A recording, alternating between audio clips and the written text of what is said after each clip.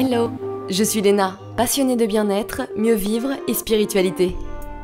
J'ai créé ce podcast pour faire connaître au plus grand nombre des méthodes alternatives pour aller mieux, que ce soit physiquement ou mentalement. Quel que soit votre problème, quelles que soient vos croyances, restons ouverts, restons curieux et testons. Hello, aujourd'hui je reçois Marie-Laure Stout, maître Reiki. Honnêtement, je trouve que cet épisode il est intéressant parce qu'il nous explique vraiment ce qu'est le Reiki et comment ça fonctionne. On en entend vachement parler en ce moment, donc ça sera plutôt pratique pour ceux qui ne savent pas exactement ce que c'est. J'avais fait 2 séances il y a 2 ans et franchement j'avais pas ressenti grand chose, je trouvais que ça servait à rien, mais, 2 points par rapport à ça, je n'avais fait que 2 séances et Marie-Laure nous explique pourquoi ça peut ne servir à rien d'en faire si peu. Ensuite, je n'étais pas du tout ouverte spirituellement et pas connectée à mon corps, donc forcément pas non plus à mon énergie. Et, un 3e point que je rajoute maintenant, je me forme au Reiki en ce moment et du coup je ressens honnêtement l'énergie qui circule dans mon corps et le bien-être que ça procure, et d'autres symptômes d'ailleurs. Voilà pourquoi c'est bien de se former de temps à autre car je me suis prouvé son efficacité. Enfin bref, revenons à nos moutons. Marie-Laure nous explique comment elle a connu le Reiki. C'était d'ailleurs vraiment par hasard, ou alors c'était une synchronicité de plus, qui sait. Comment elle s'y est formée. À quoi servent les 4 symboles sacrés existants et pourquoi il faut faire attention en les utilisant. On parle également des risques du développement impressionnant des stages de Reiki. C'est vrai qu'on en voit partout maintenant, ils ne forment pas tous profondément et tout le monde peut devenir maître Reiki en limite 1 week-end ou 2. Pourquoi vous risquez de ne rien ressentir si vous ne faites qu'une seule séance de Reiki, mais comment il peut aider à faire ressortir nos émotions enfouies en nous depuis notre plus jeune âge, si on en fait régulièrement, et comment il peut nous permettre de nous reconnecter à notre nature profonde. Elle nous explique bien évidemment la manière dont se déroule un soin, les manifestations physiques que l'on peut ressentir. Elle nous donne des conseils pour trouver un bon praticien Reiki, parce qu'il y en a tellement, et comment fonctionne le Reiki à distance.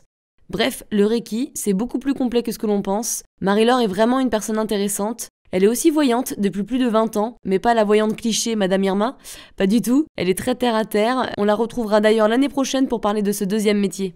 Bonne écoute. Coucou Marie-Laure. Bonjour Léna. Bon, alors aujourd'hui on va parler Reiki avec toi. Chouette. On va passer directement à la définition. Qu'est-ce que le Reiki ?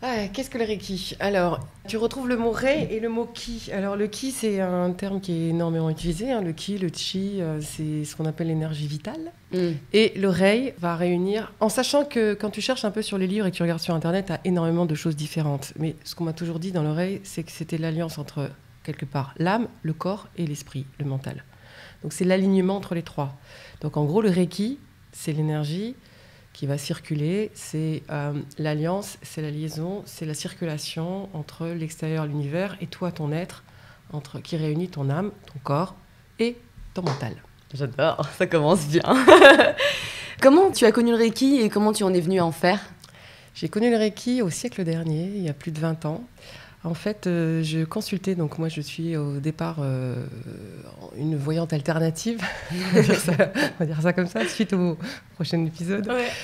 Et donc je consultais dans les lieux publics et j'étais à ce moment-là dans un salon de coiffure. J'ai quelqu'un qui rentre avec un énorme carré sur l'épaule et donc moi très curieuse, je dis « Mais qu'est-ce donc ? C'est une table de massage. » « Ah bon, une table de massage ? Tu vas recevoir un massage ?»« Non, je vais recevoir un soin Reiki. » Et donc, un soin Reiki. Et je me suis retrouvée, donc j'ai demandé à participer, et je me suis retrouvée là, dans une pièce où on m'a juste demandé de ne pas parler, de rester tranquille, voilà, de ne pas bouger.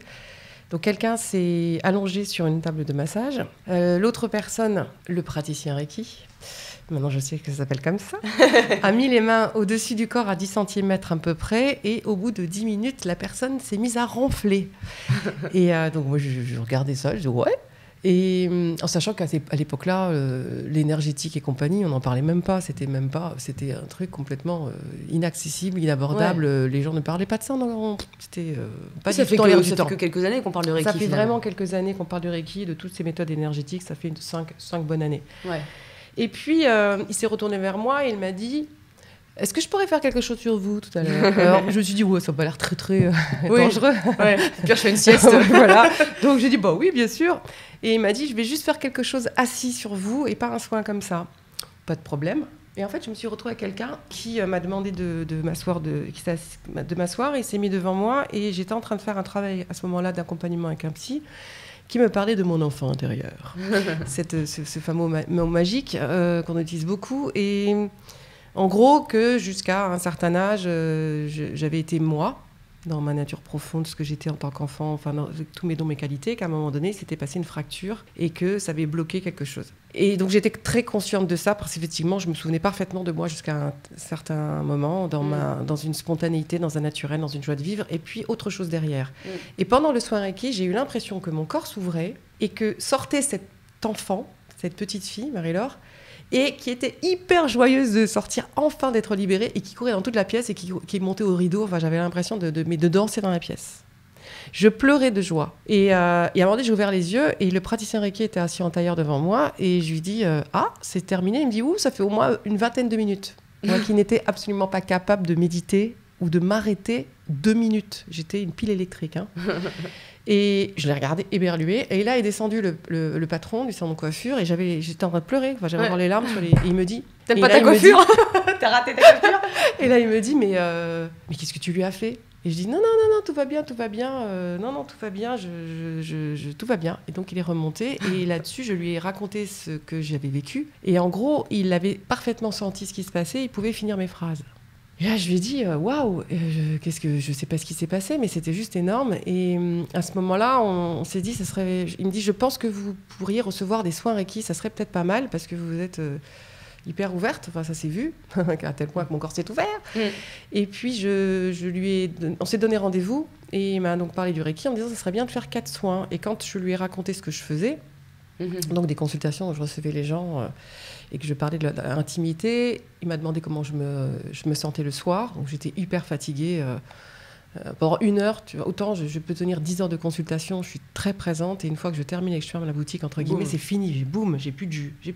Je sais même plus comment je m'appelle, j'arrive plus à parler.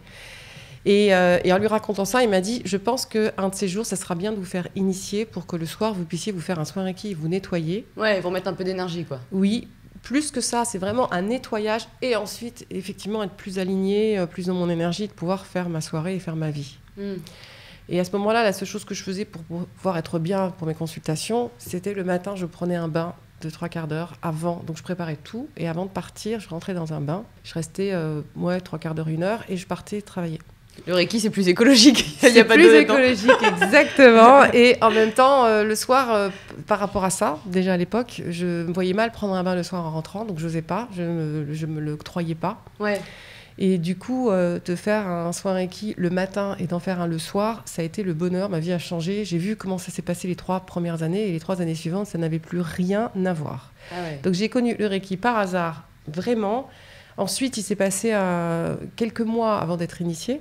Je repoussais les choses, c'était drôle. Et on ne trouvait pas de date, lui non plus. Et puis à un moment donné, on s'est comme par hasard, la date, alors je pouvais râler en disant oh, il n'a pas de temps, ou lui pouvait se dire elle n'est pas prête, je pense. Et un jour, nos calendriers, mais alors on collait pile poil.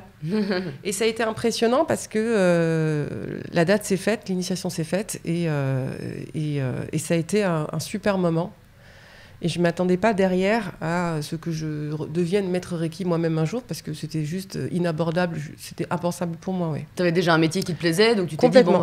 Et c'était vraiment, donc j'ai connu le Reiki vraiment pour me permettre d'avoir un outil de nettoyage. Et c'était pas du tout dans une optique comme aujourd'hui de faire du Reiki pour faire du Reiki aux autres. C'était vraiment pour me faire du Reiki à moi, ce qui est normalement la base aussi du Reiki, qui n'est plus aujourd'hui le cœur du Reiki, mais qui est le cœur du Reiki normalement.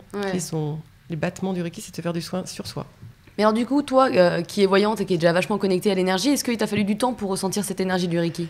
Alors, c'est drôle ta question, parce que le jour de l'initiation, il me dit, on va travailler sur l'ancrage et sur le hara, donc il se trouve au niveau du nombril, qui est le centre de gravité du corps. Il m'a dit, on va travailler là-dessus pour que tu le sentes. Donc il me dit, tu mets debout, blablabla, et je dis, c'est bon. Et il me dit, comment ça c'est bon? Je dis, ben oui, je sens mon hara. Et il me dit, mais c'est pas possible. Normalement, c'est au bout de X temps. Et je lui dis, je sais pas. Et je lui décris la sensation. Et donc, il vient avec sa main, il s'approche de mon hara. Il met la main devant et il me dit, mais c'est incroyable. Je dis, ben écoute, je ne commence pas mes consultations tant que, quand je mélange mes cartes, je me centre sur le cœur et sur le hara, justement. Enfin, je ne savais même pas ce que c'était le hara à ce moment-là. Qu'est-ce que tu ressens, du coup? En fait, il y a une sensation, la meilleure chose que je pourrais décrire, c'est comme si les abdos se contractaient, mais pas dans quelque chose de douloureux, mais comme s'il y avait toute une concentration qui se passait à cet endroit-là, et c'est comme si tout mon corps se réunissait en une boule concentrée au niveau du nombril. C'est un alignement, en fait. un peu. C'est, au départ, c'est un état où je me sens dans mon corps, je sens le corps, je me sens à l'intérieur de mon corps. C'est les meilleurs mots que je pourrais mettre sur la sensation. Et j'ai vraiment la sensation d'être présente, d'être là, mais pas simplement avec ma tête et mes oreilles qui écoutent, mais avec tout mon corps qui sent comme si c'était palpable ce qu'il y avait autour de moi. Il n'y a pas une vibration aussi? Tu ressens pas des vibrations? C'est ça, quand je dis tu sens les choses, c'est que tu as vraiment la sensation d'être... comme tu sais, les vagues, tu as les vagues, le va-et-vient, la respiration, l'inspire, l'expire. Tu sens vraiment ça. Et tu es capable à ce moment-là d'entendre les battements de ton cœur. Moi, je sais que quand je suis en soin Reiki, là, je parle même pas que du centrage du hara, mais quand tu es dans un soin Reiki et que tu es centré et que tu sens le hara qui sent ton corps, c'est comme si je sentais le sang circuler dans mes veines. Enfin, tu vois, tu sens tout de l'intérieur du corps. Du coup, voilà. Ouais. La réponse, hein. Mais c'était intéressant parce que quand je lui ai juste dit, quand je suis en consultation de voyance, je ne l'ai pas appris, ça s'est fait naturellement. Je me sens dans une présence à l'autre quand j'ai cette sensation dans le ventre. Ouais. Et du coup, il m'a dit, c'est impressionnant parce que ça arrivait tout de suite. Donc, oui, je l'avais fait naturellement avant, comme plein de gens peuvent l'avoir quand ils font du sport ou en yoga ou autre chose, sans avoir appris ce que c'était. Ouais. Mais sinon, ça s'apprend, oui. Parle-nous un petit peu des symboles utilisés dans le Reiki. Il y a effectivement, dans le Reiki, on utilise les mains pour soigner, pour faire circuler ce qu'on appelle les énergies, ce que je ne dirais pas forcément comme ça, mais c'est les termes qu'on emploie. Et quand on évolue dans le Reiki, donc il y a plusieurs niveaux Reiki, et quand on évolue en Reiki, on reçoit des symboles. Il y en a 4 dans le Reiki. Aujourd'hui, je connais des gens où je fréquente, je croise des personnes qui ont des vingtaines de symboles. Mais 4, on va considérer qu'il y en a 4. Ouais. Hein. Si je devais les résumer en un mot, ça serait la protection, la connexion, la guérison et la maîtrise. Si je devais donner un mot pour ces 4 énergies. C'est-à-dire que quand tu évolues en Reiki, tu as plusieurs degrés. Donc au premier degré Reiki, tu n'as pas de symbole. Au deuxième degré Reiki, tu en as 3. Et au troisième degré, 4e degré, tu as le 4e symbole, le symbole de maître. Et en fait, ces symboles vont amplifier ce que tu vis. Amplifier pour plein de raisons, parce que ces symboles sont des mots, des sons. Donc le son est une vibration qui va t'aider à nettoyer, et le symbole dessiné est aussi une vibration dessinée, c'est aussi comme des mantras. Comme des mantras. Ah, le mantra, exactement. Tu peux l'écrire, et quand tu le verbalises et quand tu le dis à l'intérieur de toi, à l'extérieur de toi, c'est un son qui nettoie, et l'écriture et la vibration du symbole est importante. Ouais. Donc ça va amplifier l'énergie Reiki. Alors, si je ne veux pas parler tout de suite des symboles, c'est que les gens croient que quand au premier degré Reiki, ils n'ont pas trop d'effet, ils vont passer au 2e degré Reiki pour avoir ces symboles et avoir la sensation ou la croyance que ça va être beaucoup plus fort et beaucoup plus important. Et ça peut être, entre guillemets, dangereux aussi, parce que tu manipules quelque chose, si tu ne le maîtrises pas, qui peut te déstabiliser énormément et qui peut beaucoup déstabiliser les autres. Voilà. Puisque tu es plus protégé, plus connecté, plus dans la guérison et plus dans la maîtrise. Ça veut dire que si tu utilises tes symboles, c'est que tu as compris, grâce au premier degré normalement, que tu es plus connecté à toi, que du coup tu as envie d'être plus connecté aux autres, que tu te sens plus protégé, que tu es plus dans la protection avec les autres, pareil pour la guérison. Du coup, le processus de guérison commence. Et pour guérir de ces blessures physiques, c'est important de guérir ces traumatismes psychologiques. Bien sûr. Et du coup, si tu n'as pas compris le cheminement, tu te retrouves avec des symboles et tu as la guérison qui se met en route et tu es énormément déstabilisé. Puisque tu as tous les dossiers, et les vieux dossiers, les cartons que tu as mis de côté, tout ce que tu as traversé, que tu n'as pas compris, les peines, les colères, les drames que tu as vécus, que tu as bien mis de côté, enterrés, remontent tous à la surface. Donc si tu n'as pas le temps, si tu ne te sens pas en sécurité pour digérer toutes ces informations, c'est compliqué.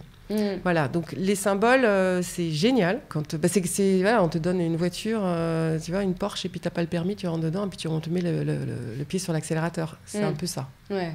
Alors du coup, comment ça se passe une séance Reiki? À quoi tu peux t'attendre?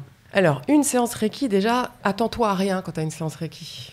Parce que normalement, tu devrais recevoir 4 soins Reiki. Parce qu'une séance Reiki, dans notre société, on n'est tellement pas habitué à s'occuper de notre corps, à se faire du bien, à se poser, à respirer. Et en plus, on s'est tellement fait parfois maltraiter physiquement, psychologiquement et surtout physiquement. Alors, c'est moins fréquent pour les jeunes générations, mais pour les générations jusqu'aux années 90 ou au début des années 90, c'était le cas. Et puis en plus, en France, le corps, c'est quelque chose d'assez tabou.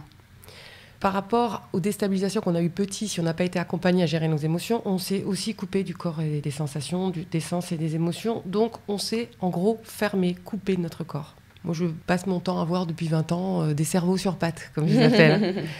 Du coup, quand tu reçois une séance Reiki, tu as en gros une personne sur 3 qui ne sent rien à cette première séance Reiki. Ouais, ils ne sont pas connectés à eux. Bah oui, pourquoi ? Parce que, heureusement, nous avons un instinct de protection, un instinct de survie qui fait que on va se protéger de l'extérieur. Donc, c'est ce qu'on fait depuis qu'on est petit. C'est pour ça qu'on se coupe du corps. Du coup, ta première séance, malheureusement, tu as beaucoup de malchance de ne rien sentir ou beaucoup de chance de rien sentir aussi si la personne ne t'explique pas ce qui va se passer et ce qui peut se passer et que tu es déstabilisé derrière. Heureusement que les gens ont cette protection. Alors, je dis quelque chose qui va peut-être pas forcément plaire au Reiki. Aujourd'hui, je peux me le permettre. En ayant vu tout ce que j'ai vu depuis 22 ans, je pense que je peux le dire et justement dire attention. On parle beaucoup du Reiki et de ses dangers. Oui, il y a des dangers à utiliser des symboles Reiki, parce que j'ai carrément des personnes qui vont lire dans les livres, parce que les symboles, on les trouve un peu partout maintenant. Hein. C'est affligeant parce que c'est quand même sacré. Le sacré, on ne le met pas comme ça n'importe où. Il y a une raison pour laquelle c'était une transmission orale, justement, pour pas que ce soit galvaudé, mal utilisé. Et on peut trouver ces symboles partout. Donc, je déconseille fortement à quelqu'un qui n'a pas eu un minimum d'un an de Reiki en faisant des soins Reiki sur lui tous les jours et en recevant des soins de se faire initier au 2e degré Reiki et d'utiliser les symboles. Je déconseille. Voilà. Donc, quand tu reçois une séance de Reiki, tu vas tellement t'attendre. Si en plus on t'a raconté des choses, tu peux t'attendre à tellement de choses. Et comme il y a cette fermeture et ce blocage naturel, que du coup, tu peux te retrouver très déçu à la fin de ton soin en disant ouais, c'est pas vraiment c'est rien passé, quoi. Ouais. C'est rien passé, et puis tu vas peut-être en tenter une deuxième au cas où pour voir, ou si c'est un copain qui est initié Reiki et que tu payes pas, tu vas dire bon allez, on essaye encore. Surtout si ton copain, lui, ça lui fait de l'effet, tu dis bon allez, j'essaye, et puis la deuxième séance, bon, il s'est rien passé, t'as l'impression ça sert à rien, c'est nul. Voilà. J'ai pas voulu justement assez en parler avec toi, mais c'est un petit peu ce qui s'est passé pour tes premières séances. C'était quoi, toi ? T'es initié ? Ouais, alors moi, mes premières séances, c'était, je pense, il y a 1 ou 2 ans, et donc j'ai vu 2 personnes différentes. Et oui, c'est pas que je me suis fait chier, parce qu'au final, tu t'allonges sur la table et tu te détends. Mais c'est comme si c'était rien passé de spécial. Je me suis dit, mais en fait, j'ai dépensé de l'argent pour rien. C'était ça. Mais d'un autre côté, ça m'intriguait. Parce que je me dis, il doit y avoir plus que ça. Et je pense qu'il y a tellement... C'est un peu la mode. Enfin, c'est très à la mode. Et je pense qu'il y a beaucoup de gens qui se forment très rapidement. Et qui, surtout... Ils se forment pas très rapidement. Ils sont initiés en un week-end. C'est pas se former, ça. Hein. Ouais, exactement. C'est ça, ou sur un salon... Je suis désolée, vous allez mal le prendre et tout ça. Mais malheureusement, je vois 95%, pour pas dire 99% des gens qui sont initiés Reiki, qui n'utilisent plus cet outil, alors que c'est juste un outil absolument génial pour faire de la méditation, de la relaxation, pour entendre son corps, retrouver son intuition, pour être dans le discernement, pour sortir de ses colères, sortir de ses drames. C'est un outil qui est génial. C'est simple, j'ai vu tout. C'est-à-dire les techniques de développement personnel, de gestion du corps et tout. Je pense que je connais énormément de choses, j'ai essayé beaucoup de choses. Il n'y a que le Reiki qui donne ce résultat-là, et qui est aussi simple que ça, puisqu'on balade ses mains avec soi. L'outil, il est simple. Tu vois, du yoga, il faut connaître quand même vachement bien le yoga pour pouvoir faire des cours chez soi. Il faut avoir son tapis de yoga, il faut avoir de l'espace pour pouvoir être tranquille. Il faut plutôt être, tu vois, dans un espace aéré. C'est compliqué, il y a énormément de contraintes. Le Reiki, il n'y en a pas. Tu peux faire des soins Reiki dans ta voiture, chez toi, n'importe où. Tu peux le faire partout, avec tes mains. Ouais. Oui. Mais encore, à la limite, tu vois que tu le fasses pour toi. Après, tu t'es formé en un week-end et que tu le fasses pour toi, ça va. Mais si c'est là où tu commences à le faire aux autres, c'est là où il y a plus de responsabilité, que ça peut être plus dangereux, ou tu vois. Complètement, puisque l'idée, en recevant des soins Reiki et de faire des soins Reiki, c'est que la personne va quand même se reconnecter à son corps. Si elle se reconnecte à son corps, elle se reconnecte encore plus à sa sensibilité, à ses sens et à ses émotions. Alors, je ne parlerai pas des états émotionnels qui ne sont pas exactement les émotions, c'est plus la conséquence d'une mauvaise gestion des émotions. Mais le problème, c'est que si tu reçois des soins Reiki, tu peux avoir un déferlement d'émotions qui sont justement conservées à l'intérieur du corps et qui n'ont pas été déchargées, puisque normalement, une émotion, c'est quelque chose de physique. Tu reçois une vibration, une information dans ton corps pour te donner justement une information de ce qui est en train de se passer en ce moment, dans l'invisible ou dans le visible. Et normalement, tu décharges par des pleurs, des rires, un éternuement, tu vas décharger physiquement. Le corps est fait comme ça, c'est biologique. Le problème, c'est que comme petit, tu vas pas pleurer, t'es grand maintenant, arrête de faire des caprices. C'est souvent considéré comme des caprices, les émotions, et donc le petit enfant va se bloquer, va fermer ses émotions, va les retenir. Et du coup, le fait de retenir ses émotions, elles sont quand même là, elles ont existé, mais elles vont se mettre dans le corps, elles vont se stocker dans le corps. Et quand tu vas faire un soin Reiki, si la personne ne l'a pas vécu sur elle-même, parce qu'elle a reçu son initiation et que derrière elle s'est dit je vais faire des soins à tout le monde, je vais faire du bien, parce que ça part quand même d'une volonté de faire du bien aux autres. Ouais. C'est pas non plus pour faire du mal aux autres, tant mieux.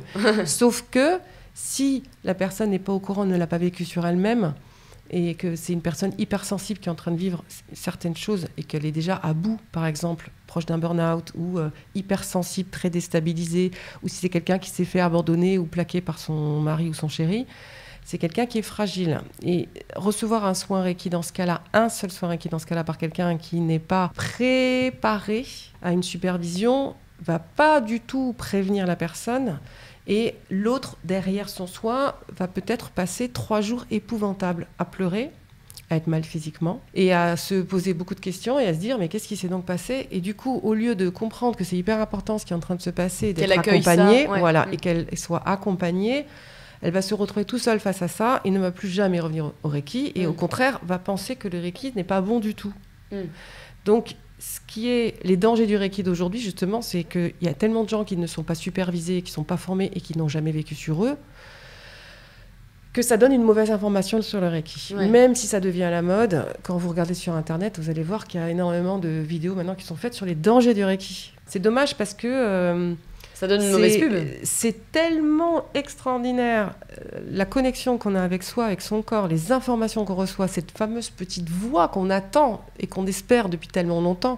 Quand on se fait des soins Reiki sur soi pendant 2, 3, 4 mois, on l'entend en fait, enfin, cette petite voix. Donc c'est dommageable tout ce qui est raconté sur les Reiki. Donc j'ai envie juste de dire, c'est génial le Reiki, mais n'en faites pas, c'est pas la panacée, c'est pas je suis initiée en un week-end et tout va bien. C'est vraiment un cheminement. C'est un cheminement comme tout normalement, comme tout, que ce soit que vous fassiez de la peinture, de la sculpture, de l'hypnose ou autre, c'est un cheminement, effectivement. Parce que du coup, quand tu fais une séance Reiki avec une personne qui est bien préparée et qui a fait un long voyage avec le Reiki, à quoi tu peux t'attendre ? Qu'est-ce que c'est censé faire en tout cas ? Quand tu reçois un soin Reiki, tu as énormément de phénomènes qui se passent. C'est en fait, déjà, c'est un gros nettoyage. Alors, il y a celui qui donne le soin, qui a des effets, et il y a celui qui reçoit le soin, qui a des effets. Mais en tout cas, toi, quand tu reçois un soin, et que normalement, tu es initié ou pas initié, mais que tu reçois des soins. Donc, on va dire au 4e soin. Parce qu'au 1er soin, tu peux être fermé. 2e soin, tu te poses des questions. Et puis en même temps, tu te dis, bon, c'est pas trop dangereux. Au 3e soin, tu as confiance parce qu'on s'est bien occupé de toi pendant 1 heure. On t'a mis dans un petit cocon, c'est cool. Donc là, hop, ça commence à s'ouvrir. Et au 3e ou 4e soin, c'est là où tu commences à avoir des sensations. Mais en sachant que c'est pas un soin tous les 6 mois. C'est un soin tous les 3 à 10 jours max. Ouais, c'est vraiment donc, c'est un laps de temps, oui, c'est en un mois, on va dire. Donc, si tu fais tes 4 soins en un mois, voilà l'effet que tu peux avoir. Tu vas déjà avoir une détente qui va être super importante. Tu peux avoir des larmes et des pleurs, des sanglots qui sortent alors que tu n'as pas de raison dans ta vie. Mais d'un seul coup, tu as l'impression de décharger, que ça te fait du bien. C'est ces fameuses émotions qui sont stockées à l'intérieur. Moi, j'ai eu des fous rires aussi, mais des fous rires, mais qui duraient 1 demi-heure, où la personne ne s'arrêtait pas et me disait « je ne sais pas pourquoi je ris, mais ça me fait du bien, mais je ne sais même pas pourquoi je ris ». Tu peux avoir des douleurs très fortes qui arrivent aussi. Tu vas avoir tes membres bouger. Tu vas avoir ton pied qui va partir, tu peux avoir toutes les articulations qui bougent. Tu vas avoir des lumières, des couleurs qui vont venir. Ça arrive très souvent. Ou des images. Très fréquemment, on me raconte qu'il y a des... Alors, j'ai jamais eu des centaines de portraits de visages qui défilent. Ah, ça m'arrive des fois, ça. Voilà. Et que les gens ne connaissent pas forcément même les visages. Et c'est plein de visages comme ça qui défilent. Tu peux avoir des sensations de chaud, des sensations de froid. Soudainement, les gens me disent j'ai froid, donc on va les recouvrir. Ou tu es obligé, ou alors ils vont se découvrir pendant le soin parce qu'ils ont extrêmement chaud. Tu peux avoir des frissons, tu peux avoir des éternuements. Tu as vraiment des manifestations physiques fortes. Tu peux avoir ça. Un état de bien-être aussi. Ou alors ces fameuses visions de couleurs. Et ce qui est génial dans les soins Reiki, c'est que tu te poses des questions depuis des mois sur quelque chose. Et là, pendant ton soin Reiki, tu as la réponse. Et là, tu sors et tu as la banane et tu te dis « Waouh, j'attendais ça, je ne trouvais pas la réponse. » Et là, ça tombe sous le sens. Alors, c'est important d'écrire parce que c'est tellement évident, logique et tout. Tu peux l'oublier. Tu peux l'oublier dans l'heure qui suit. Donc, c'est important d'écrire aussi quand il vient des choses comme ça. Donc, c'est différents phénomènes qui sont... c'est important d'avoir quelqu'un qui a vécu pour qu'il puisse t'expliquer justement, d'écrire le fameux message ou que si ton membre a bougé ou s'il passait quelque chose, puisse le décrire. Quand tu as une sensation physique dans le corps, s'il ne connaît pas non plus les organes ou les systèmes, il ne va pas comprendre ce qui se passe. En général, ce que les gens disent, c'est normal, ça nettoie, tout va rentrer dans l'ordre. C'est pas suffisant. C'est pas suffisant parce qu'on est dans une société où la médecine a ses limites et en même temps se développe et en même temps l'alternative c'est en train de se développer et quelque part que ce soit la médecine alternative ou la médecine allopathique ça devient du commerce alors que l'être humain a un système immunitaire d'auto-guérison et le Reiki est là justement pour stimuler nos systèmes, pour remettre en place et pour faire refonctionner correctement justement les systèmes et notre système immunitaire. Donc, c'est pas quelque chose de magique. Il suffit pas juste de dire les énergies circulent. C'est pas que les énergies qui circulent, c'est les systèmes du corps, système cardiovasculaire, lymphatique, endocrinien, système nerveux. Tu as vraiment les systèmes qui se... recalibrent, en fait. Oui. Rééquilibrent. Alors, on a un système dans le corps qui s'appelle l'homéostasie, qui permet au corps de se justement, c'est notre système de survie, de réaligner un petit peu le pH, la température et tout et tout. Ce système d'homéostasie permet aussi de réguler nos émotions, c'est-à-dire que ça passe pas forcément simplement par les systèmes du corps, mais aussi par un besoin physique, psychique aussi, psychologique, de trouver un équilibre. Donc l'être humain est fait pour aller vers cet équilibre. Le Reiki va t'aider autant physiquement que psychologiquement. Il va vraiment aider à ça. Physiquement par les soins que tu reçois pour ces systèmes et psychologiquement parce que grâce aux soins que tu reçois, enfin dans ta vie, tu as 1h30 de pause. C'est même pas que l'énergie que tu reçois, c'est déjà génial l'énergie que tu reçois, comme tu dis. Mais il y a aussi le moment de pause qu'on n'a jamais. Déjà, si chaque personne, chaque jour, prenait 20 minutes à une demi-heure de pause, couchée comme ça, sans rien faire, mais ça changerait la face du monde, même sans Reiki. Ouais. Et alors, les gens qui s'endorment et qui pensent que du coup leur soin ne servait à rien. Bravo, j'avais oublié, les gens qui dorment. Alors, il y a les gens qui dorment, les gens qui ronflent, les gens qui grognent aussi dans les soins. Faut arriver à se concentrer après. Putain, si tu ronfles et toi t'essayes de faire ton soin Reiki. Voilà, donc il y a plusieurs manifestations avec les gens qui dorment. T'as vraiment la personne qui s'assoupit et qui dort, mais qui est plus dans un état modifié de conscience.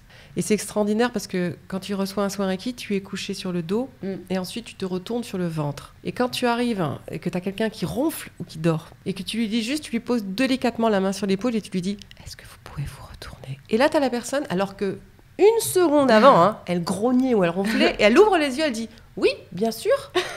Et elle se retourne. C'est impressionnant. C'est impressionnant. Donc c'est vraiment un état de sommeil très particulier. C'est un état modifié de conscience où justement, tu as l'impression... Alors, parfois, tu peux carrément te retrouver aussi à sortir de ton corps. Merci, parce que je ne l'avais pas dit tout à l'heure, mais c'est super important.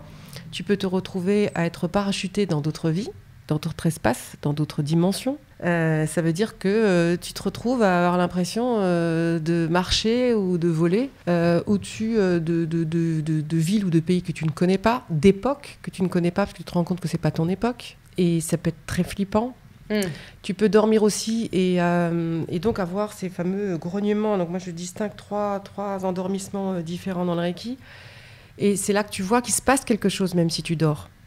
Parce que déjà tu dors mais tu as souvent l'impression d'avoir dormi une nuit entière quand tu as dormi comme ça. Quand tu as fait un sommeil de relaxation par exemple ou de détente.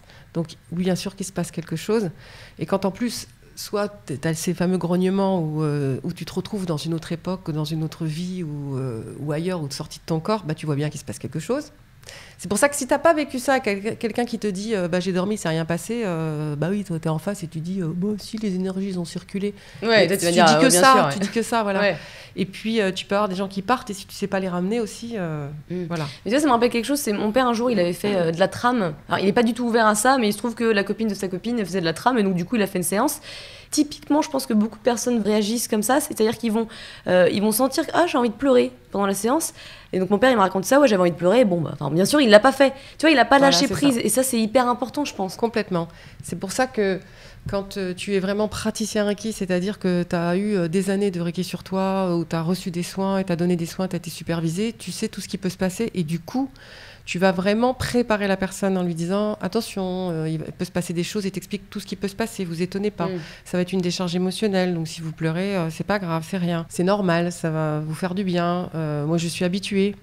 Et puis tu expliques tout. Et tu dis, moi aussi, attention, je vais roter peut-être. Je vais peut-être éternuer, je vais peut-être bâiller. Vous étonnez pas, c'est pas que je suis fatiguée ou que je viens juste de déjeuner et que je suis en train de digérer. Mais c'est que je vais accompagner le travail. Ouais, libérer des énergies. Exactement. Donc c'est pour toutes ces raisons que c'est important, bien sûr, d'avoir cette expérience et d'accompagner quelqu'un pour lui dire, il peut se passer énormément de choses, parce qu'il va se passer énormément de choses. Mais lâche prise, quoi. Si tu dois pleurer, pleure. Exactement. Il y a vraiment une notion de honte. Oui, et c'est pour ça que c'est important de rappeler à la personne que petit, quand on regarde un petit dans la rue, il pleure, il rit toutes les 5 minutes, mais c'est parce que étant donné qu'il décharge, derrière, il se sent hyper bien. Ce qui fait que nous sentons très mal pendant des heures ou des jours et qu'on est capable de ruminer ou de dramatiser et de rester en colère sur une situation, c'est parce que nous n'avons justement pas déchargé cette émotion que nous avons reçue. Du coup, ça reste dans le corps et pour pas souffrir, la tête, elle passe à chercher une explication et puis ça rame et ça rame et ça rame dans la tête. Donc, c'est important de rappeler à quelqu'un, souvenez-vous quand vous étiez petit, vous pleuriez beaucoup et puis il se manifestait beaucoup de choses et en même temps, il n'y avait pas des drames qui duraient pendant 3 jours comme aujourd'hui. Ouais. Et puis, souvenez-vous aussi que votre père ou votre mère vous ont peut-être demandé de ne pas crier, de ne pas pleurer, de ne pas parler fort et que, ou pour ne pas gêner les grands, l'éducation a fait que vous avez retenu. Ouais. Et qu'on nous apprend tellement à être des gens forts et que la fragilité, c'est un défaut quelque part, alors que c'est de l'hypersensibilité et c'est justement génial. Et justement, ça me fait penser quand tu parles de Rho au magnétiseur, parce qu'il y en a qui rodent pour éliminer les énergies. Je pense que c'est important de faire la différence entre le magnétisme et le Reiki, qui n'est pas la même chose. Alors, le magnétisme et le Reiki, c'est pas la même chose. Ça se rapproche énormément, mais c'est pas la même chose. Oui, le magnétisme, alors... C'est pas la même essence que tu utilises, quoi. On a tous cette capacité d'auto-guérison en soi, déjà.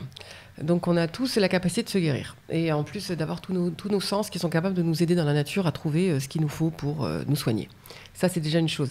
Ensuite, on ne peut vivre vraiment en harmonie et en étant heureux et en étant en bonne santé que si, de toute façon, on est en harmonie avec la nature. Donc, c'est la raison pour laquelle il y a autant de maladies aujourd'hui, puisqu'on ne vit plus dans la nature. Donc ce lien à la terre et ce lien aux autres, à l'univers, en médecine traditionnelle chinoise, en médecine ayurvédique, on le retrouve. C'est qu'on prend vraiment conscience de l'importance de l'être au milieu de l'univers. Avec notre médecine, on s'est un petit peu coupé de ça. Donc du coup, cette capacité d'auto-guérison, on ne l'a pas développée, on ne la développe plus en Occident, malheureusement. Ouais. Alors qu'on l'a en soi. Donc il y a... heureusement, des personnes qui continuent à vivre dans la nature ou dans les petits villages et qui sont des guérisseurs. Et de toute façon, un guérisseur, on le trouvera rarement en ville. Et les guérisseurs, ou les magnétiseurs, le mot que tu viens d'utiliser, c'est quelqu'un qui va être tellement relié à ce système d'auto-guérison, qui a ce don-là en lui, comme moi j'ai le don de voyance, comme d'autres personnes ont d'autres dons, qu'on peut tous développer, mais que nous avons en nous plus fortement qu'une autre personne. Donc quelqu'un qui a cette capacité de guérir avec le magnétisme, il va avoir ce don de guérison en lui et il va être relié soit à l'univers, soit à la terre, soit à son don de guérison, soit aux trois. Et il va pouvoir soigner. Alors moi j'avais le papa de mon maître Reiki, qui était guérisseur, que j'ai vu être au lit pendant 3 jours après avoir soigné des maladies, que j'ai vu se faire des zonas, se faire des maladies de peau incroyables, alors qui duraient très peu de temps chez lui, mais qu'il l'avait quand même. Ouais, donc il chopait les maladies de ses patients. Alors il y a beaucoup de guérisseurs qui vont effectivement développer derrière d'une manière intense, mais courte, la même chose que leurs patients, mais comme ils ont ce système d'auto-guérison très développé, ils ne le garderont pas, ils pourront vite le nettoyer. Ensuite, il y a beaucoup de guérisseurs aussi qui connaissent des nettoyages avec la terre, avec l'univers et tout ça, et qui vont le faire, mais c'est pas systématique. Ouais. En Reiki, c'est autre chose. En Reiki, tu reçois une initiation et tu es connecté, entre guillemets, tu es reconnecté, je vais plutôt dire, à la Terre, à l'univers et à toi, ton système immunitaire et ton cœur, je dirais. Puisque le cœur se trouve à l'emplacement du thymus, qui fait partie du système immunitaire et des glandes endocrines. Et quand tu regardes le cœur où il est situé au niveau des bras, tu vois. Et donc les bras sont la continuité quand tu donnes. Donc tu es relié par les pieds à la terre, tu es relié par le crâne, le coronal à l'univers entier, exactement. Et donc tu as ce cœur, tu as cette énergie qui vient, ton cœur, et hop, qui est transmis par les mains. De même que quand tu donnes un soin à quelqu'un, eh ben, autant toi, l'univers vient, l'énergie vient par la terre, par l'univers te traverse et tu le donnes par les mains, autant quand toi tu vas faire un soin, pareil, ce que tu prends, entre guillemets, de l'autre, te traverse. C'est pour ça qu'il va y avoir des rots, qu'il va y avoir des manifestations, puisque la vibration, la charge émotionnelle, ce qui peut être stocké dans le corps de l'autre que tu nettoies, traverse quand même ton corps avant d'aller, entre guillemets, dans la terre ou dans l'univers. Du coup, comme ça te traverse, ça va emmener en même temps chez toi ce qui vibre pareil. Mais donc du coup, quand tu utilises l'énergie du Reiki, donc l'énergie vitale, quelque part, c'est pas ton énergie. Donc du coup, est-ce que c'est pas une forme de protection par rapport au magnétiseur qui, lui, va peut-être utiliser ses dons de guérison ? Complètement. T'es beaucoup plus protégé. Moi, je conseille énormément aux masseurs, par exemple, de se faire initier Reiki. Parce qu'ils sont protégés. Beaucoup plus. Exactement. Complètement. En sachant que si quelqu'un se fait initier Reiki en tant que masseur, mais qu'il ne se fait pas des soins sur lui et qu'il ne se met pas dans un centrage avant de masser, ça ne servira pas à grand-chose non plus. D'accord ? Mais si tu es initié Reiki, que tu connais les protocoles de soins, que tu te fais des soins Reiki sur toi tous les jours, tu vas te sentir une protection de dingue. Il ne sert à rien d'être initié si vous ne vous faites pas de soins. Moi, je le fais que sur moi-même pour l'instant. Non, mais quand je dis... Attention. Merci les gars. Si vous vous faites des soins sur vous, ça ne sert à rien d'être initié si vous ne faites pas des soins sur vous. Je ne parle même pas des soins sur les autres. J'envisage même pas, si tu veux, les soins sur les autres tant que la personne n'a pas déjà passé 1 an à faire des soins sur elle. Déjà, il faut commencer à sentir aussi l'énergie. Moi, c'est ça mon travail cette année, parce que je pense que je referai du coup probablement avec toi d'ailleurs la session 2 de Reiki. Mais là, je bosse sur moi pour apprendre à connaître l'énergie, comment ça se passe, comment ça circule. J'ai envie d'avoir la preuve que ça marche sur moi, tu vois, parce que à la base, moi, j'étais pas du tout dans l'énergie. Je dirais même plus que la preuve, c'est d'en vivre l'expérience, d'en faire l'expérience. Le fait de recevoir une initiation Reiki, de se faire des soins ou d'avoir une initiation Reiki, je ne connais pas les symboles, mais ces fameux mots que j'ai utilisés tout à l'heure, protection, connexion, guérison, maîtrise, tu les as en toi. Ces fameux symboles, ils sont en toi, ils sont rentrés dans l'initiation. Ça veut dire que le processus de nettoyage commence le jour de l'initiation. Donc si tu n'as pas reçu des soins avant, pour te préparer à l'initiation, et donc pour commencer le nettoyage en douceur, en ayant expliqué et en ayant vécu ce qui se passe, parce que si tu es hypersensible, par exemple, ou si tu es déjà connecté à ton corps, ou si tu vis des bouleversements, pendant ces 4 soins, tu vas déjà être sacrément bousculé. Tu vas voir déjà que dans ta vie, il se passe des choses. Du coup, tu vas attendre ton initiation. Tu vas demander plutôt des soins en plus. Tu vas prendre plus de temps pour toi, tu vas te reposer, tu vas commencer à mieux respirer. Tu vas pas aller vers l'initiation tout de suite, parce qu'autrement, ça va te bousculer. Tu le sais quand tu reçois les soins avant. Maintenant, étant donné que les gens font des initiations sans les soins et que les maîtres Reiki le proposent sans les soins, on ne peut pas savoir. Mais le nettoyage commence. Pour moi, les soins Reiki sont là pour nettoyer ces fameuses charges émotionnelles. Donc au lieu de dire circulation des énergies, je dirais nettoyage émotionnel. Je préfère utiliser ça parce que dans notre société, on n'est pas du tout dans cette compréhension des énergies, du qui et tout. C'est pas notre vocabulaire. Nous, ce qu'on connaît, c'est les différents systèmes, et encore. Mais en tout cas, voilà, on travaille avec ça et avec les émotions. Et les émotions où c'est juste charge émotionnelle qu'on reçoit, charge émotionnelle qu'on décharge, avec les pleurs, les frissons et tout ça. Donc je dirais plutôt c'est un nettoyage émotionnel. On est en plus en France, depuis les attentats, dans une montée de colère, dans une montée de tristesse et dans une montée de peur. Ça veut dire que tous les gens qui, jusqu'à présent, que ce soit les gens de 80 ans ou de 20 ans ou de 50 ans, qui géraient plutôt bien leurs émotions. Alors quand je dis gérer les émotions, c'est qui retenaient plutôt leurs émotions. C'est pas une gestion des émotions, parce que malheureusement, faites attention, la majorité des formations de gestion des émotions, c'est comment bloquer les émotions, comment faire bonne figure. Donc c'est comment se montrer fort alors qu'à l'intérieur c'est donc attention, là on parle pas de gestion des émotions, de contrôle des émotions, mais du coup on se retrouve avec ces soins Reiki dans une décharge émotionnelle qui peut amener la personne à vraiment avoir des états de stress ou de colère ou de tristesse, alors que dans son quotidien il n'y a aucune raison pour que là, soudainement, il y ait plus de colère qu'il y a 2 mois.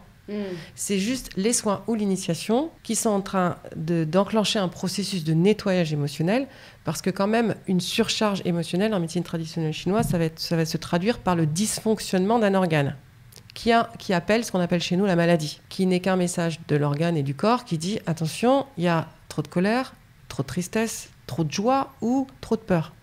Et donc, comprendre pourquoi, c'est pas géré. Comprendre pourquoi dans notre vie on vit ça, cet excès qui amène du stress quand il y a de l'excès. Et que du coup, qui dit stress, dit dysfonctionnement de nos systèmes et forcément maladie derrière. Parce que le stress, c'est pas une émotion déjà, le stress, c'est la conséquence d'une surcharge émotionnelle. Mais s'il y a du stress dans le corps, il va y avoir un dysfonctionnement des glandes endocrines et donc ça va avoir une incidence sur le système cardiovasculaire, ça va avoir une incidence sur les poumons, sur le système nerveux. Bref, c'est pas génial. Donc, tu peux pas faire des soins Reiki comme ça à n'importe qui avec d'un seul coup sans prévenir. Ça, c'est les dangers du Reiki parce que ça va t'amener une déstabilisation et les gens ne peuvent pas comprendre. Alors que c'est sain. Mais si c'est accompagné, c'est sain. Parce que si c'est accompagné de soins et s'il y a une vraie explication, que la personne connaît les systèmes, peut expliquer ce qui se passe, là, tu comprends ce qui se passe. Tu te fais des soins ou tu retardes ton initiation, tu vas recevoir des soins et tu as un vrai encadrement. Et en plus, moi, très souvent, quand des gens ont des problèmes physiques derrière, mais je vais surtout les envoyer chez un médecin, je vais surtout leur demander de se faire accompagner aussi à côté. Et je vais leur expliquer pourquoi, parce que tu as des gens qui ont peur aujourd'hui de la médecine allopathique et qui ne veulent plus aller voir le médecin, et ça va être super important de leur dire si justement il se passe quelque chose, vous ne pouvez pas rester comme ça tout seul. Moi, je ne fais pas de médecine, je vous accompagne à vous poser, à vous relaxer, à vous décharger émotionnellement, mais physiquement, il se passe quelque chose. Et ça, c'est important de prendre en considération cette aussi notion. Le jour où la médecine alternative et la médecine allopathique feront la paix, ça sera peut-être bien. Ouais, ça c'est clair. Mais alors, du coup, tu conseillerais, donc, avant de se faire initier au Reiki, tu fais 4 soins, 3-4 soins. Ensuite, pas tu fais 3-4 soins. 4 soins minimum. Le problème du premier degré Reiki, c'est normalement un degré où tu entres dans une introspection.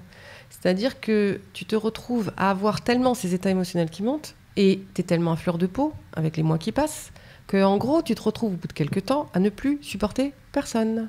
Tu as envie d'envoyer chez tes parents, ton petit copain, tu as envie de lui couper la tête, tes amis qui te demandent trop de trucs, tu supportes plus. C'est comme si avant, tu avais des œillères et des lunettes noires et que tu étais insensible et que soudainement, tu vois tout, tu sens tout.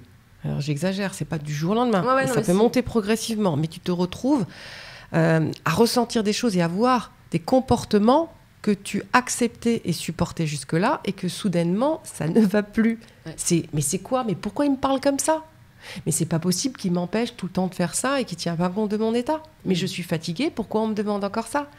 Donc tu te retrouves à avoir qu'une envie, c'est d'être dans ta grotte, chez toi, sous ta couette, à te faire du bien, à être cool, tranquille et que plus personne ne te dérange. Donc le premier degré Reiki, quand j'entends les gens qui font ça pour donner des soins aux autres, c'est génial parce que j'entends... mais sachez quand même qu'il y a 99% des gens qui n'utilisent plus leur outil Reiki. Donc vous serez pareil. Dans un an, vous êtes initié aujourd'hui, mais on n'entendra plus parler de votre Reiki. Oui, donc tu veux dire que ça prend du temps et que c'est vraiment un an à faire ça régulièrement ? Ça prend du temps. Déjà, dans ta première année, si tu te fais des soins Reiki sur toi tous les jours, et si tu fais des soins Reiki complets, donc de 35 à 45 minutes au moins par jour, tu vas te rendre compte au bout d'un an que tu sens plus ton corps. Tu sens la fatigue bien avant. Tu tires plus sur la corde. Tu vois tes montées de colère. Tu sens immédiatement quand quelqu'un vient te parler et qu'il est faux. Tu rentres dans une pièce, tu sais ce qui se passe, tu sens ce qui se passe. Tu commences à avoir cette petite voix intérieure qui te parle. Donc tu développes tellement de choses chez toi et au niveau du ressenti. Quand tu manges quelque chose, tu n'as plus le même goût. Quand tu digères plus de la même façon. Tu le vois, ta digestion, elle se passe autrement. Ton corps, vraiment, a des manifestations qu'il n'avait pas avant. Et du coup, tu passes tout ce temps, toute cette étape de j'ai envie d'être seule, j'ai envie d'être tranquille, j'ai envie de me nettoyer. Moi, je t'avoue, je suis un peu en plein dedans de tout ça, de ce que tu décris. C'est une sorte d'hypersensibilité. Alors, ça va aussi avec mon éveil spirituel. Mais du coup, comment tu fais pour calmer le jeu, quoi ? Ou pour qu'est-ce que tu fais ? Tu lâches prise et qu'est-ce qui se passe ? La réponse que je te donnerais, c'est pour moi, quelqu'un qui se fait initier Reiki ne peut pas être seul sans être accompagné par un praticien Reiki ou par un professionnel de l'accompagnement. Quand je dis un professionnel de l'accompagnement, c'est qu'aujourd'hui, c'est devenu une mode. C'est dans l'air, c'est génial parce qu'il y a de plus en plus de gens qui vont mal, sauf que c'est comme si les chirurgiens s'étaient formés en 3 semaines et qu'ils vont faire des opérations derrière, quoi. C'est un peu, si tu veux, la comparaison. Oui, on le voit avec les hypnothérapeutes ou les choses comme ça. Moi, j'irais pas me faire opérer par un chirurgien qui me dirait j'ai 3 semaines de formation sur 1 an. J'irais pas. Bien voilà. Sûr. Donc, quelqu'un qui... les bons chirurgiens, c'est rigolo parce que tu vas te rendre compte que c'est des personnes qui ont souffert physiquement ou qui ont vu des personnes proches souffrir physiquement et qui connaissent ce qu'est la douleur, ce qu'est la souffrance physique, qui ont vécu cette expérience-là et qui vont pouvoir comprendre mieux pourquoi ils accompagnent et pourquoi ils choisissent ce métier-là. Dans le Reiki, c'est la même chose. Si tu ne l'as pas expérimenté sur toi, si tu ne connais pas les effets sur toi, c'est compliqué d'accompagner quelqu'un d'autre. Totalement. Donc, quelqu'un qui vit ça, là, ce que tu vis, le meilleur conseil que je peux donner, c'est faites-vous accompagner. Moi, aujourd'hui, c'est simple. Je ne reçois plus de personnes en soins qui débarquent comme ça de nulle part. En général, c'est des gens qui ont déjà commencé un travail d'introspection avec quelqu'un. Donc, ils arrivent pour travailler sur le corps, c'est-à-dire pour développer le ressenti physique. Et quand j'initie, déjà, quand j'ai commencé à initier en 2005, j'ai arrêté très vite les initiations parce que justement, je voyais bien que les gens ne se faisaient pas de soins. Et quand j'ai commencé officiellement en 2008 avec les demandes que j'ai eues, j'ai proposé 1 an d'accompagnement. 4 soins, initiation, 1 an d'accompagnement. 1 an d'accompagnement en soins. Depuis 2 ans et demi, maintenant, c'est même plus simplement de l'accompagnement en soins, c'est obligatoirement du coaching. Un coaching par mois, un soin Reiki par mois, les échanges Reiki par mois et eux-mêmes se faire des soins Reiki sur eux. Ça, c'est le protocole que je fais maintenant. Je ne peux plus et je ne veux plus faire autrement. Oui, ça, parce qu'il y a une telle montée d'émotions. Même s'il y a ce soin tous les mois, il y a besoin de comprendre ce qui se passe et ce qui se joue. Et quand toi, tu as fait du Reiki sur toi-même, donc moi, ça fait 20 ans, tu as été obligé, moi je suis accompagnée depuis 20 ans par au minimum 2 personnes par mois, tous les mois, depuis 20 ans. Et pendant les 10 premières années, j'en avais entre 4 et 5 par mois. Des gens qui travaillent sur le corps et des gens qui travaillent sur le psyché. Si on a vraiment envie de comprendre les choses, parce qu'on a tellement de blessures qu'on a planquées de cette vie-là, alors en plus, quand on est conscient, quand on est ouvert sur la notion qu'il peut exister d'autres vies, tu as toutes les blessures et tous les traumatismes, donc traumatisme psychologique, blessures physiques aussi, hein, qui se jouent et qui sont là dans ton corps et dans la mémoire de tes cellules, mais sur toutes les vies. Et cette vie-là, ça fait beaucoup, surtout quand tu as une 40aine d'années, ça fait beaucoup. Du coup, comment faire pour trouver un bon praticien ? Parce qu'il y en a beaucoup qui sont formés en 1 week-end ou 3 week-ends, bref. Comment on peut faire ? Tu vois, les gens qui écoutent, comment ils peuvent faire pour... Alors, un bon praticien, normalement, en Reiki, tu as ta lignée Reiki. Donc, n'importe qui a été initié Reiki a sa lignée Reiki. Alors, en gros, je vais te donner mon expérience, encore une fois, des 20 ans. J'ai rarement vu de gens qui se font des soins Reiki sur eux-mêmes tous les jours depuis 20 ans et qui ont reçu autant de gens en Reiki. Donc, si je parle de ça, c'est juste parce que j'en ai eu l'expérience, hein, d'accord ? Quand tu as une lignée Reiki, donc Mikao Usui est mort en 1926, si je ne me trompe pas. Donc lui, c'est le fondateur du Reiki. Reiki. Le 9 mars, exactement. Mikao Usui, il est né dans les années 1800, et la fin des années 1800, et il est mort en 1926. Donc en gros, dans n'importe quelle pratique, que ce soit, je reprends un métier artistique comme quelqu'un qui va être charpentier, peintre et tout ça, tu peux demander un vrai praticien, un vrai compagnon, un maître, il va avoir 10 ans d'expérience. Parce qu'il aura déjà suivi un maître, il aura regardé faire, il aura été observateur pour bien comprendre, bien voir. Ensuite, il sera rentré dans la pratique, donc le compagnon dans l'artisanat, qui va rencontrer aussi d'autres maîtres, qui va faire des parties de l'œuvre. Et ensuite, il a tellement appris à faire différentes parties de l'œuvre, et ensuite, il peut faire l'œuvre complète, et il sait les faire. Il a la maîtrise de son œuvre. Et il peut transmettre à ce moment-là. En Reiki, c'est exactement la même chose, comme toute thérapie qui existe aujourd'hui. Comme un médecin, il a... X années d'études. Et il continue ensuite après s'il a une spécificité. En Reiki, c'est la même chose. Donc moi, je dirais, pour avoir le degré de maître et pouvoir vraiment initier, c'est entre 8 et 10 ans. Pour être praticien Reiki et pouvoir vraiment connaître le Reiki, c'est entre 3 et 8 ans de Reiki. Donc il faut prendre des personnes qui ont déjà pas mal d'années d'expérience. Demandez la lignée de la personne. Normalement, elle a un site internet, elle a une lignée, et vous lui demandez quand est-ce qu'elle a été initiée, déjà. Si la personne vous dit qu'elle a été initiée dans l'année où il y a 2 ans, Personnellement, je n'irai pas. Voilà. Après, c'est vrai qu'il faut donner la chance à ces personnes-là, mais bon, peut-être que si toi tu vas pas bien, tu vas voir quelqu'un d'autre et voilà. Si vous avez véritablement envie d'entrer dans une introspection, d'avoir une connaissance de vous, une connaissance du corps, si vous voulez aller vite, parce qu'on est quand même dans un monde où les gens sont impatients, n'allez pas voir quelqu'un qui débute, il n'aura pas beaucoup d'expérience à vous transmettre, il n'aura pas beaucoup de recul. Oui, voilà. Bien sûr. Donc, de connaître depuis combien de temps il est initié, et ensuite de voir sa lignée.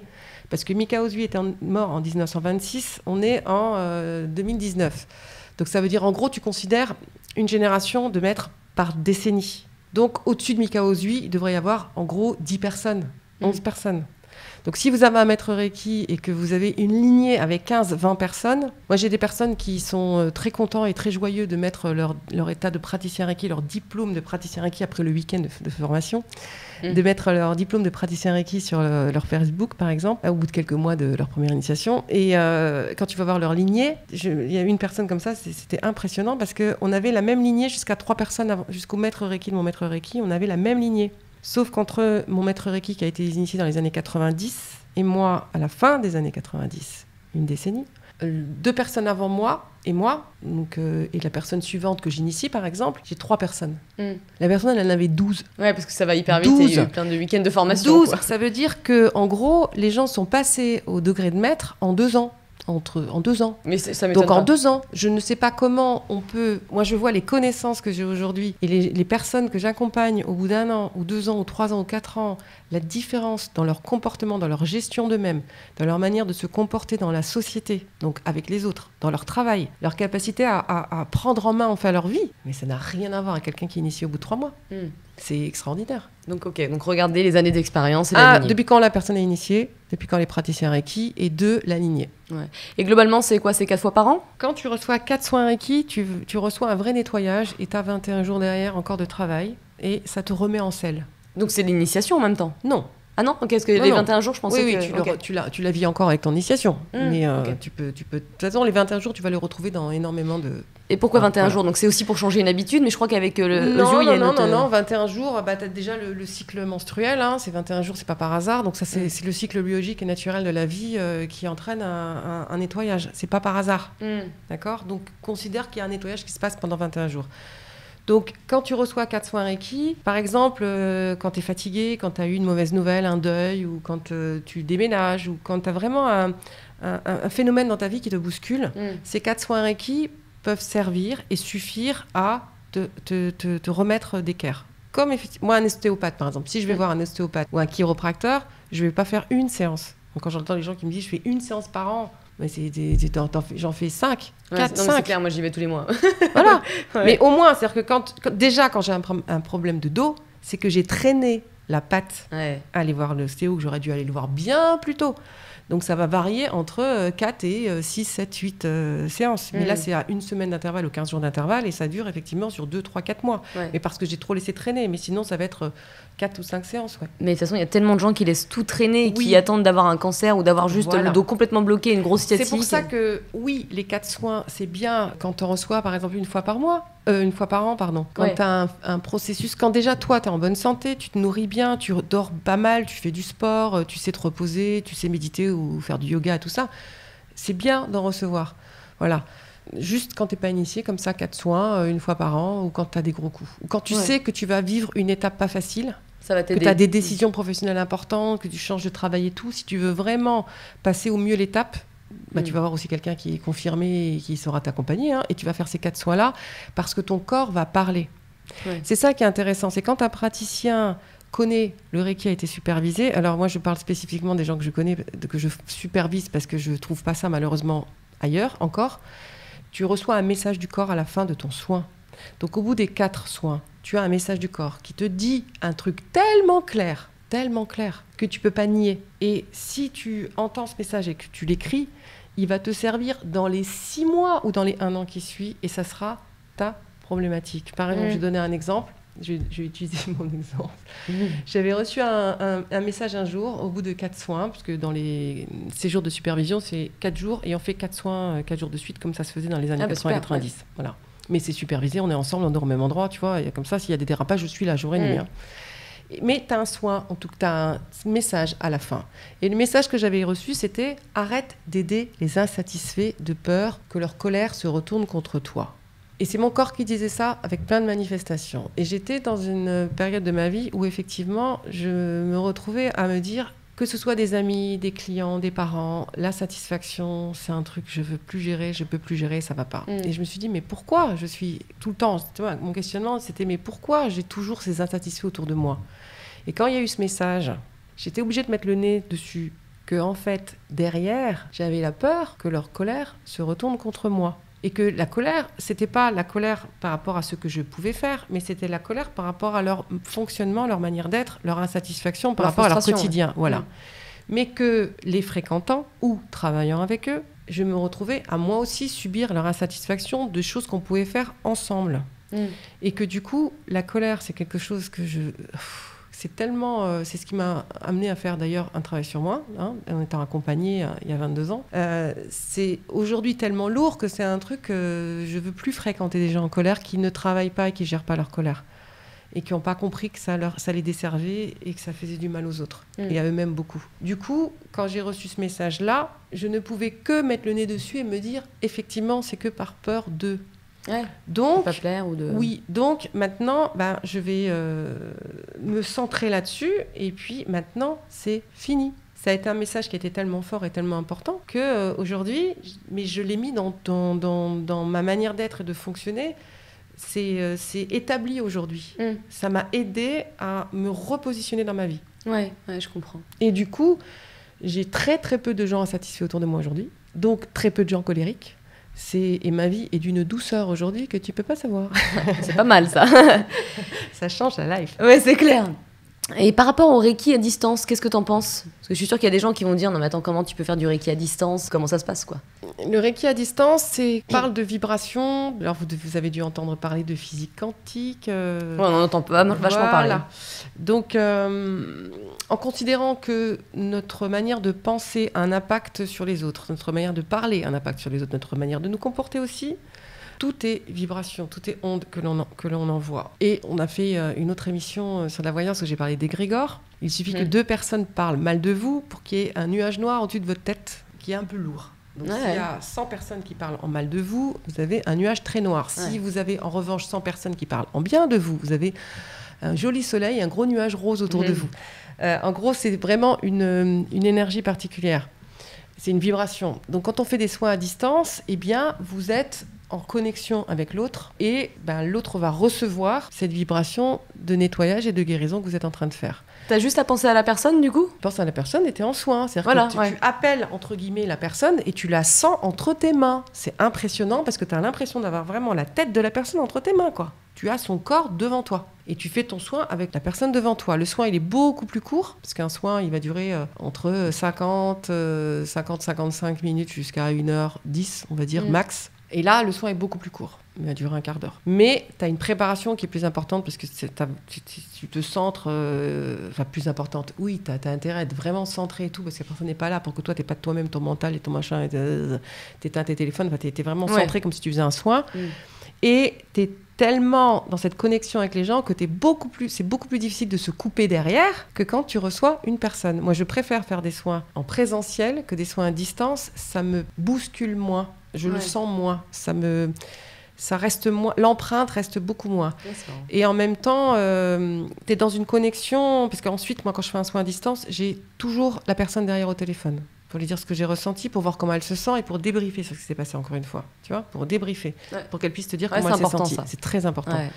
Et du coup, pour lui donner aussi un message de ce que le corps nous dit aussi à ce moment-là. Et c'est tellement fort parce que tu n'as pas la personne qui est là, donc elle est dans une écoute aussi très différente. En voyant, c'est pareil, tu vois, je ne voulais pas faire des consultations au téléphone pendant longtemps. Et quand au bout de 10 ans, j'ai accepté de le faire sur des gens que je connaissais, au départ, c'était génial parce que je me disais, mais c'est un truc de fou parce que comme la personne n'est pas là et n'est pas avec sa tête en train de juger ce qui est en train de se passer et tout ça, qu'elle est avec elle, dans son cocon à elle, chez elle, elle est avec Louis, tu vois, t'as vraiment la voix à Louis qui est très très présente. Et donc t'as une attention qui est décuplée. Du coup, cette présence de l'autre est hyper importante parce que le Reiki, comme à côté du magnétisme, c'est pas un soin de guérison, c'est un soin qui accompagne la guérison. Ouais. C'est très différent. Ça, c'est aussi très différent entre le magnétisme et les Reiki. Le Reiki accompagne la guérison, le magnétisme peut guérir. Du coup, quand tu fais un soin à distance, c'est génial parce que tu as vraiment une connexion avec l'autre et tu as une écoute et une présence de la personne qui est beaucoup plus forte que quand elle est là, alors que les gens ont souvent tendance à se dire « bon, bah, je viens, il va mettre les mains sur moi, puis c'est lui qui fait tout ». Mais c'est très important, la présence de l'autre et la compréhension que la personne va, elle aussi, jouer dans la guérison. C'est un travail à deux en Reiki. C'est ça que j'aime bien aussi en Reiki, parce que c'est pas toi qui est le grand Manitou et qui fait tout à l'autre et je te mets les mains et les énergies circulent et patati, hop, c'est bon, maintenant t'es soigné, t'es guéri. C'est vraiment un travail à deux. C'est que la personne prend conscience que son corps réagit, que son corps a des messages, qu'elle vit quelque chose dans son présent qui correspond à ce qui sort dans les messages et que derrière, ce message, si effectivement, moi, quand j'ai eu ce message sur les insatisfaits, si je prenais pas le temps à me poser dessus, si je n'avais pas remis en place si j'avais pas mis en place un comportement différent, ça n'aurait pas changé.